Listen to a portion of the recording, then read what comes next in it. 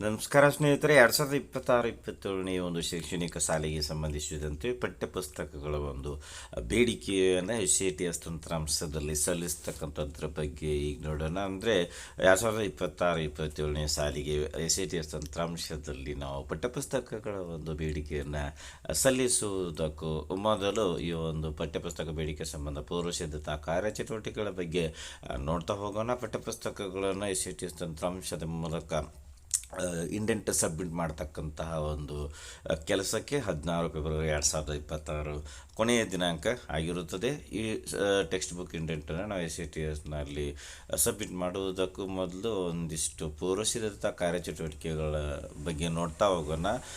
SATSನ ಒಂದು ಅಡಿಯಲ್ಲಿ ಬರತಕ್ಕಂತಹ ಸರ್ಕಾರಿ ಅನುದಾನಿತ ಶಾಲೆಗಳು ಹಾಗೂ ಸರ್ಕಾರದಿಂದ ಅನುಮೋದಿಸಲ್ಪಟ್ಟಿರತಕ್ಕಂತಹ ಅನುದಾನ ರಹಿತ ಶಾಲೆಗಳು ಮತ್ತು ಇತರೆ ಇಲಾಖೆಗಳಿಂದ ನಡೀತಕ್ಕಂತಹ ಹಾಗೂ ಅಗತ್ಯಕ್ಕನುಗುಣವಾಗಿ ಹೊರ ರಾಜ್ಯಗಳ ಶಾಲೆಗಳನ್ನು ಒಳಗೊಂಡಂತೆ ತಾಲೂಕಿನ ವ್ಯಾಪ್ತಿಯಲ್ಲಿ ಬರ್ತಕ್ಕಂತಹ ಎಲ್ಲ ಶಾಲೆಗಳ ಒಂದು ಲಿಸ್ಟನ್ನು ತಯಾರು ಮಾಡಿಕೊಂಡು ತಾಲೂಕಿನಲ್ಲಿರತಕ್ಕಂತಹ ಯಾವ ಶಾಲೆಯೂ SATSನಿಂದ ಕೈಬಿಟ್ಟು ಹೋಗದಂತೆ ಖಾತ್ರಿಪಡಿಸಿಕೊಳ್ಳಬೇಕಾಗಿರುತ್ತದೆ.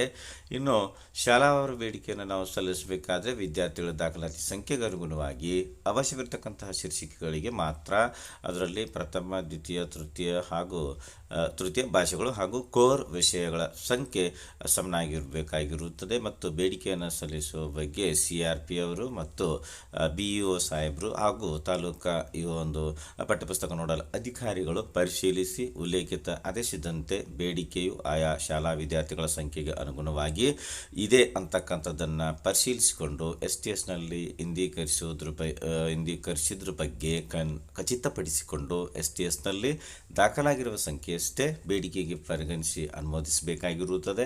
ಎಲ್ಲ ಸರ್ಕಾರಿ ಪ್ರಾಥಮಿಕ ಮತ್ತು ಪ್ರೌಢಶಾಲೆಗಳು, ಇದರಲ್ಲಿ ಸರ್ಕಾರಿ ಆದರ್ಶ ಶಾಲೆಗಳು, ಸ್ಥಳೀಯ ಸಂಸ್ಥೆ ಕಾರ್ಪೊರೇಷನ್ ಶಾಲೆಗಳು, ಅನುದಾನಿತ ಶಾಲೆಗಳು ಮತ್ತು ಈ ಎಲ್ಲ ಒಂದು ಶಾಲೆಗಳು ಉಚಿತ ವಿಭಾಗದಡಿಯಲ್ಲಿ ಬೇಡಿಕೆಯನ್ನು ಸಲ್ಲಿಸಬೇಕಾಗಿರುತ್ತದೆ. ಗಡಿನಾಡು ಶಾಲೆಗಳಿಗೆ ಅವಶ್ಯವಿರುವ ಪಠ್ಯಪುಸ್ತಕಗಳ ಬಗ್ಗೆ ಸಂಬಂಧಿಸಿದಂತೆ ಉಪನಿರ್ದೇಶಕರು, ಆಡಳಿತ ಇವರು ಖಾತ್ರಿಪಡಿಸಿಕೊಂಡು ಸಕ್ಷಮ ಪ್ರಾಧಿಕಾರದ ಪೂರ್ವ ಅನುಮತಿಯೊಡನೆ ಕನ್ನಡ ಭಾಷಾ ಪಠ್ಯಪುಸ್ತಕಗಳಿಗೆ ಮಾತ್ರ ಉಚಿತ ವಿಭಾಗದಡಿ ಬೇಡಿಕೆಯನ್ನು ಸಲ್ಲಿಸಬೇಕಾಗಿರುತ್ತದೆ. ಇನ್ನು ಅನುದಾನ ರಹಿತ ಶಾಲೆಗಳು, ಸಮಾಜ ಕಲ್ಯಾಣ ಇಲಾಖೆ, ಹಿಂದುಳಿದ ವರ್ಗಗಳ ಇಲಾಖೆ, ಅಲ್ಪಸಂಖ್ಯಾತರ ಇಲಾಖೆ ಹಾಗೂ ಇತರೆ ಇಲಾಖೆಯಡಿಯಲ್ಲಿ ನಡೀತಕ್ಕಂತಹ ಶಾಲೆಗಳು ಹಾಗೂ ಹೊರ ರಾಜ್ಯಗಳ ಶಾಲೆಗಳಿಗೆ ಮಾರಾಟ ವಿಭಾಗದಲ್ಲಿ ಮಾತ್ರ ಬೇಡಿಕೆಯನ್ನು ಸಲ್ಲಿಸಬೇಕಾಗಿರುತ್ತದೆ. ಹೊರ ರಾಜ್ಯದ ಶಾಲೆಗಳ ಬೇಡಿಕೆಯನ್ನು ಸ್ಪೆಷಲ್ ಇಂಡೆಂಟ್ ಸಲ್ಲಿಸಲು ಬೆಂಗಳೂರು ದಕ್ಷಿಣ ವಲಯ 3S3ಗೆ ಮಾತ್ರ ಅವಕಾಶವನ್ನು ನೀಡಲಾಗಿರುತ್ತದೆ.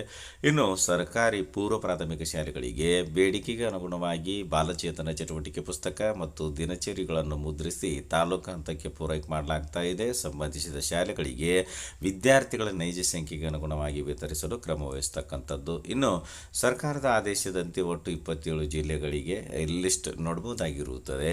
ಸೊ ಈ ಒಂದು ಜಿಲ್ಲೆಗಳಿಗೆ ಮರುಸಿಂಚನ ಕಾರ್ಯಕ್ರಮದಡಿ ಅಭ್ಯಾಸ ಪುಸ್ತಕಗಳನ್ನು ಮುದ್ರಿಸಿ ತಾಲೂಕು ಹಂತಕ್ಕೆ ಪೂರೈಕೆ ಮಾಡಲಾಗ್ತಾ ಇದೆ. ಸಂಬಂಧಿಸಿದ ಶಾಲೆಗಳಿಗೆ ವಿದ್ಯಾರ್ಥಿಗಳ ನೈಜ ಸಂಖ್ಯೆಗೆ ಅನುಗುಣವಾಗಿ ವಿತರಿಸಲು ಕ್ರಮ ವಹಿಸಬೇಕಾಗಿರುತ್ತದೆ. ತಾಲೂಕು ಹಂತದಲ್ಲಿ ಎಲ್ಲ ಶಾಲೆಗಳ ಮುಖ್ಯ ಶಿಕ್ಷಕರುಗಳಿಗೆ ಮತ್ತು CRP ಅವರುಗಳಿಗೆ ಈ ಒಂದು SATS ಮತ್ತು KTBS ಮಾಡ್ಯೂಲ್ ಕುರಿತಂತೆ ಪ್ರಸಕ್ತ ಸಾಲಿನಲ್ಲಿ SATS KTBS ಮಾಡ್ಯೂಲ್ನಲ್ಲಿ ಆಗಿರತಕ್ಕಂತಹ ಬದಲಾವಣೆಗಳ ಬಗ್ಗೆ ಮಾಹಿತಿಯನ್ನು ನೀಡತಕ್ಕಂಥದ್ದು. ಇನ್ನು ರಾಜ್ಯದ ಎಲ್ಲ KPS, BPS, PM3, ECC ತರಗತಿ ಹೊಂದಿರತಕ್ಕಂತಹ ಶಾಲೆಗಳು ಮತ್ತು CEPM-IZ ತಾಲೂಕಿನ ಶಾಲೆಗಳು, ADB ಶಾಲೆಗಳು ಹಾಗೂ ಈ ಒಂದು ಕೆಳಕಂಡ 15 ಜಿಲ್ಲೆಗಳ ಲಿಸ್ಟ್ ನೋಡ್ಬೋದಾಗಿರುತ್ತದೆ. ಇಲ್ಲಿ ಜಿಲ್ಲೆಗಳ ಲಿಸ್ಟು. ಈ ಒಂದು ಜಿಲ್ಲೆಗಳಲ್ಲಿ 1 ರಿಂದ 5ನೇ ತರಗತಿಗಳಿಗೆ ದ್ವಿಭಾಷಾ ಪಠ್ಯಪುಸ್ತಕಗಳಿಗೆ ಕನ್ನಡ, ಆಂಗ್ಲ ಮತ್ತು ಉರ್ದು ಆಂಗ್ಲ ಬೇಡಿಕೆ ಸಲ್ಲಿಸಬೇಕು. ಮೇಲ್ಗಂಡ ದ್ವಿಭಾಷಾ ಶಾಲೆಗಳನ್ನು ಹೊರತುಪಡಿಸಿ ತಮಿಳು, ತೆಲುಗು, ಮರಾಠಿ, ಹಿಂದಿ ಮಾಧ್ಯಮದ ಶಾಲೆಗಳು ಹಾಗೆಯೇ ಅನುದಾನಿತ ಮತ್ತು ಸ್ಥಳೀಯ ಸಂಸ್ಥೆಗಳ ಶಾಲೆಗಳಲ್ಲಿ ಕಲಿನಲ್ಲಿ ಪಠ್ಯಪುಸ್ತಕಗಳ ಬೇಡಿಕೆಯನ್ನು ಸಲ್ಲಿಸಬೇಕಾಗಿರುತ್ತದೆ.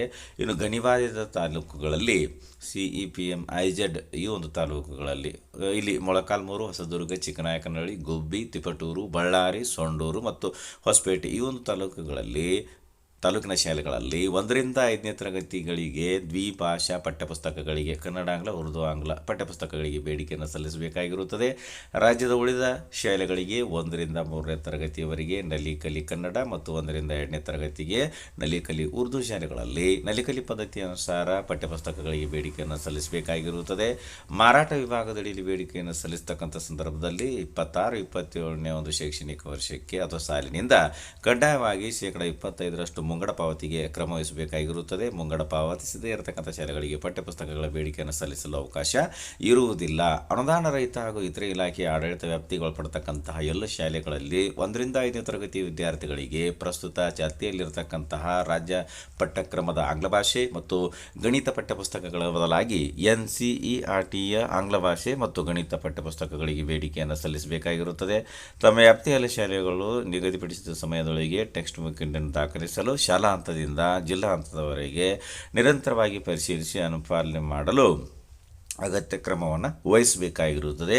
ಇದು 2026-27ನೇ ಒಂದು ಶೈಕ್ಷಣಿಕ ಸಾಲಿನಲ್ಲಿ ಬೇಡಿಕೆ ಸಲ್ಲಿಸುವ ಪ್ರಕ್ರಿಯೆಯಲ್ಲಿ ಶಾಲಾ ಹಂತದಲ್ಲಿ ಏನು ಒಂದು ಜವಾಬ್ದಾರಿಗಳಿವೆ ಶಾಲಾ ಹಂತದಲ್ಲಿ ಅಂತಕ್ಕಂಥದ್ದನ್ನು ನೋಡ್ತಾ ಹೋಗೋಣ.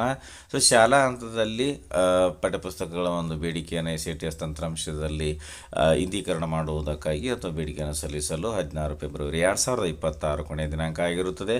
ಪಠ್ಯಪುಸ್ತಕಗಳ ಬೇಡಿಕೆಯನ್ನು ಸಲ್ಲಿಸುವ ಮೊದಲು ಶಾಲೆಯಲ್ಲಿರತಕ್ಕಂತಹ ಮಾಧ್ಯಮಗಳು ಮತ್ತು ಬೋಧಿಸುತ್ತಿರುವ ಭಾಷೆಗಳು ಪ್ರಥಮ, ದ್ವಿತೀಯ, ತೃತೀಯ ಈ ಒಂದು ಭಾಷೆಗಳು ಮತ್ತು ಶಾಲೆಗೆ ಅಗತ್ಯವಿರತಕ್ಕಂಥ ಶೀರ್ಷಿಕೆಗಳ ಬಗ್ಗೆ ಕನ್ಫರ್ಮ್ ಮಾಡಿಕೊಳ್ಳಬೇಕು. ನಂತರ ತರಗತಿವಾರು, ಮಾಧ್ಯಮವಾರು, ಶೀರ್ಷಿಕೆವಾರು ಅವಶ್ಯವಿರತಕ್ಕಂತಹ ಪಠ್ಯಪುಸ್ತಕಗಳ ಬೇಡಿಕೆಯನ್ನು 2025-26ನೇ ಶೈಕ್ಷಣಿಕ ಸಾಲಿನ ವಿದ್ಯಾರ್ಥಿಗಳ ದಾಖಲಾತಿಗೆ ಅನುಗುಣವಾಗಿ ಮಾತ್ರ SATS ತಂತ್ರಾಂಶದಲ್ಲಿ ನಿಖರವಾಗಿ ಆಯಾ ಶಾಲೆಗಳ ಮುಖ್ಯ ಶಿಕ್ಷಕರೇ ದಾಖಲಿಸಬೇಕು. ಇನ್ನು 2026-27ನೇ ಸಾಲಿಗೆ SA1 ಮತ್ತು SA2 ಮಾದರಿಯಲ್ಲಿ ಪಠ್ಯಪುಸ್ತಕಗಳನ್ನು ಮುದ್ರಿಸಿ ಸರಬರಾಜು ಮಾಡ್ತಾ ಇರೋದರಿಂದ ಭಾಗ 1 ಮತ್ತು ಭಾಗ 2 ಎರಡೂ ಪಠ್ಯಪುಸ್ತಕಗಳಿಗೂ ಸಮ ಪ್ರಮಾಣದಲ್ಲಿ ಬೇಡಿಕೆಯನ್ನು ದಾಖಲಿಸುವುದು ಕಡ್ಡಾಯವಾಗಿರುತ್ತದೆ. ಎಲ್ಲ ಸರ್ಕಾರಿ ಮತ್ತು ಅನುದಾನಿತ ಶಾಲೆಗಳು ಹಾಗೂ ಸರ್ಕಾರಿ ಕಿರಿಯ ತಾಂತ್ರಿಕ ಶಾಲೆಯವರು ಉಚಿತ ವಿಭಾಗದಲ್ಲಿ ಮಾತ್ರ ಪಠ್ಯಪುಸ್ತಕಗಳ ಬೇಡಿಕೆಯನ್ನು ಸಲ್ಲಿಸಬೇಕಾಗಿರುತ್ತದೆ. ಶಾಲಾ ಹಂತದಲ್ಲಿ ತಮ್ಮ SATS ಲಾಗಿನ್ ಮೂಲಕ 16 ಫೆಬ್ರವರಿ 2026 ದಿನಾಂಕದೊಳಗೆ ಬೇಡಿಕೆ ಸಲ್ಲಿಸಲು ಅವಕಾಶ ನೀಡಲಾಗಿದೆ. ನಿಗದಿತ ದಿನಾಂಕದೊಳಗೆ ಮುಖ್ಯ ಶಿಕ್ಷಕರು ಬೇಡಿಕೆಯನ್ನು ಸಲ್ಲಿಸಬೇಕಾಗಿರುತ್ತದೆ. ಸರ್ಕಾರಿ ಶಾಲೆಗಳಲ್ಲಿ ವ್ಯಾಸಂಗ ಮಾಡ್ತಿರ್ತಕ್ಕಂತಹ 1ರಿಂದ 10ನೇ ತರಗತಿ ವಿದ್ಯಾರ್ಥಿಗಳಿಗೆ ಪಠ್ಯಪುಸ್ತಕಗಳು, ದಿನಚರಿ, ಮೌಲ್ಯ ಶಿಕ್ಷಣ ಪುಸ್ತಕ ಮತ್ತು 4ರಿಂದ 9ನೇ ತರಗತಿ ಕನ್ನಡ ಮಾಧ್ಯಮ ವಿದ್ಯಾರ್ಥಿಗಳ ಅಭ್ಯಾಸ ಪುಸ್ತಕಗಳಿಗೆ ಮಾತ್ರ ಬೇಡಿಕೆಯನ್ನು ಸಲ್ಲಿಸಬೇಕಾಗಿರುತ್ತದೆ. ಯಾವುದೇ ಅನುದಾನಿತ ಶಾಲೆಗಳಲ್ಲಿ ಅನುದಾನ ರಹಿತ ವಿಭಾಗಗಳಿದ್ದಲ್ಲಿ ಆ ವಿಭಾಗಗಳಲ್ಲಿರ್ತಕ್ಕಂಥ ವಿದ್ಯಾರ್ಥಿಗಳಿಗೆ ಅನುಗುಣವಾಗಿ ಅಗತ್ಯವಿರುವ ಶೀರ್ಷಿಕೆಗಳ ಬೇಡಿಕೆಯನ್ನು ಕಡ್ಡಾಯವಾಗಿ ಮಾರಾಟ ವಿಭಾಗದಲ್ಲಿ ಎಂಟ್ರಿ ಮಾಡಬೇಕಾಗಿರುತ್ತದೆ. ಬೇಡಿಕೆಯನ್ನು ಫ್ರೀಸ್ ಮಾಡುವ ಮುನ್ನ ಅನುದಾನ ರಹಿತ ವಿಭಾಗಗಳಡಿಯಲ್ಲಿ ಶೀರ್ಷಿಕೆವಾರು ಬೇಡಿಕೆ ನಿಖರವಾಗಿ ದಾಖಲಿಸಿರುವುದರ ಬಗ್ಗೆ ಖಾತ್ರಿಪಡಿಸಿಕೊಳ್ಳಬೇಕಾಗಿರುತ್ತದೆ. ಖಾಸಗಿ ಅನುದಾನ ರಹಿತ ಶಾಲೆಗಳವರು ಮಾರಾಟ ವಿಭಾಗದಲ್ಲಿ ಪಠ್ಯಪುಸ್ತಕಗಳ ಬೇಡಿಕೆಯನ್ನು ದಾಖಲಿಸಬೇಕು ಮತ್ತು ಖಾಸಗಿ ಶಾಲೆಯಲ್ಲಿ ವ್ಯಾಸಂಗ ಮಾಡ್ತಿರ್ತಕ್ಕಂತಹ RTE ವಿದ್ಯಾರ್ಥಿಗಳಿಗೆ ಮಾತ್ರ ಉಚಿತ ವಿಭಾಗದಲ್ಲಿ ಪಠ್ಯಪುಸ್ತಕಗಳ ಬೇಡಿಕೆಯನ್ನು ಸಲ್ಲಿಸಬೇಕಾಗಿರುತ್ತದೆ. ಸಮಾಜ ಕಲ್ಯಾಣ ಇಲಾಖೆ ಮತ್ತು ಇತರೆ ಅಲ್ಪಸಂಖ್ಯಾತ ಕಲ್ಯಾಣ ಇಲಾಖೆ ಅಡಿಯಲ್ಲಿ ಶಾಲೆಗಳು ಮಾರಾಟ ವಿಭಾಗದಡಿಯಲ್ಲಿ ಬೇಡಿಕೆಯನ್ನು ಸಲ್ಲಿಸಬೇಕು. SATS ತಂತ್ರಾಂಶದಲ್ಲಿ ಪಠ್ಯಪುಸ್ತಕಗಳ ಬೇಡಿಕೆಯನ್ನು ಸಬ್ಮಿಟ್ ಮಾಡುವ ಮೊದಲು ತಮ್ಮ ಶಾಲೆಗೆ ಅಗತ್ಯವಿರುವ ಎಲ್ಲ ತರಗತಿ, ಮಾಧ್ಯಮ ಮತ್ತು ಶೀರ್ಷಿಕೆಗಳ ಬೇಡಿಕೆಯನ್ನು ಅಗತ್ಯ ಸಂಖ್ಯೆಯಲ್ಲಿ ದಾಖಲಿಸುವುದರ ಬಗ್ಗೆ ಮತ್ತೊಂದು ಸಲ ಪರಿಶೀಲಿಸಬೇಕು, ಖಚಿತಪಡಿಸಿಕೊಳ್ಳಬೇಕು. ಬೇಡಿಕೆಯ ಪ್ರತಿಯನ್ನು ಪ್ರಿಂಟೌಟ್ ತೆಗೆದು ದೃಢೀಕರಿಸಿ ಒಂದು ಪ್ರತಿಯನ್ನು ಶಾಲೆಯಲ್ಲಿಡುವುದು, ಮತ್ತೊಂದು ಪ್ರತಿಯನ್ನು CRP ಅವರಿಗೆ ನೀಡುವುದು. ಶಾಲೆಗೆ ಅಗತ್ಯವಿಲ್ಲದ ಶೀರ್ಷಿಕೆಗಳಿಗೆ ಮತ್ತು ವಿದ್ಯಾರ್ಥಿಗಳ ಸಂಖ್ಯೆಗಿಂತ ಹೆಚ್ಚುವರಿ ಬೇಡಿಕೆ ಸಲ್ಲಿಸಿದ್ದಲ್ಲಿ ಆಯಾ ಮುಖ್ಯ ಶಿಕ್ಷಕರೇ ನೇರ ಹೊಣೆಗಾರರಾಗಿರುತ್ತಾರೆ. ಅನುದಾನ ರಹಿತ ಖಾಸಗಿ ಶಾಲೆಗಳವರು ಮಾರಾಟ ಪಠ್ಯಪುಸ್ತಕಗಳಿಗೆ ಸಂಬಂಧಿಸಿದಂತೆ ತಾಲೂಕಾ ಹಂತದಲ್ಲಿ ಬೇಡಿಕೆಯನ್ನು ಅನುಮೋದಿಸಿದ ನಂತರ 25% ಮುಂಗಡ ಹಣವನ್ನು SATS ಪೇಮೆಂಟ್ ಗೇಟ್ವೇ ಮೂಲಕ ಪಾವತಿಸಬೇಕು. ಮುಖ್ಯ ಶಿಕ್ಷಕರು ಬೇಡಿಕೆಯನ್ನು ಫ್ರೀಸ್ ಮಾಡುವ ಮೊದಲು ಸಹಶಿಕ್ಷಕರಿಂದ ಮತ್ತೊಮ್ಮೆ ಪರಿಶೀಲಿಸಿ ಸರಿ ಇರುವುದರ ಬಗ್ಗೆ ಪರಿಶೀಲಿಸಿಕೊಳ್ಳಬೇಕು, ಖಾತ್ರಿಪಡಿಸಿಕೊಳ್ಳಬೇಕು. ಇದಿಷ್ಟು ಶಾಲಾ ಹಂತದಲ್ಲಿ 2026-27ನೇ ಸಾಲಿಗೆ SATS ತಂತ್ರಾಂಶದಲ್ಲಿ ಪಠ್ಯಪುಸ್ತಕಗಳ ಬೇಡಿಕೆಯನ್ನು ಸಲ್ಲಿಸುವುದಕ್ಕೂ ಮೊದಲು ಪೂರ್ವ ಸಿದ್ಧತಾ ಕಾರ್ಯಚಟುವಟಿಕೆಗಳನ್ನು ಯಾವ ರೀತಿ ಮಾಡಿಕೊಳ್ಳಬೇಕು ಅಂತಕ್ಕಂಥದ್ದನ್ನು ಇಲ್ಲಿಯವರೆಗೆ ನೋಡಿದೆವು. ವಿಡಿಯೋ ಇಷ್ಟ ಆದರೆ ಲೈಕ್ ಮಾಡಿ, ಉಪಯುಕ್ತ ಅನಿಸಿದರೆ ಶೇರ್ ಮಾಡಿ. ಈ ರೀತಿ ವಿಡಿಯೋಗಳಿಗಾಗಿ ಚಾನಲ್ಗೆ ಸಬ್ಸ್ಕ್ರೈಬ್ ಆಗಿ ಬೆಲ್ ಬಟನ್ ಪ್ರೆಸ್ ಮಾಡಿ, ನೋಟಿಫಿಕೇಷನಲ್ಲಿ ಆಲ್ ಸೆಲೆಕ್ಟ್ ಮಾಡಿಕೊಳ್ಳಿ. ನಾವು ಮಾಡೋ ವಿಡಿಯೋಗಳ ಅಪ್ಡೇಟ್ಸ್ ಪಡಿತಾ ಇರಿ. Thanks for watching. ಧನ್ಯವಾದಗಳು. ವಂದೇ ಮಾತರಂ.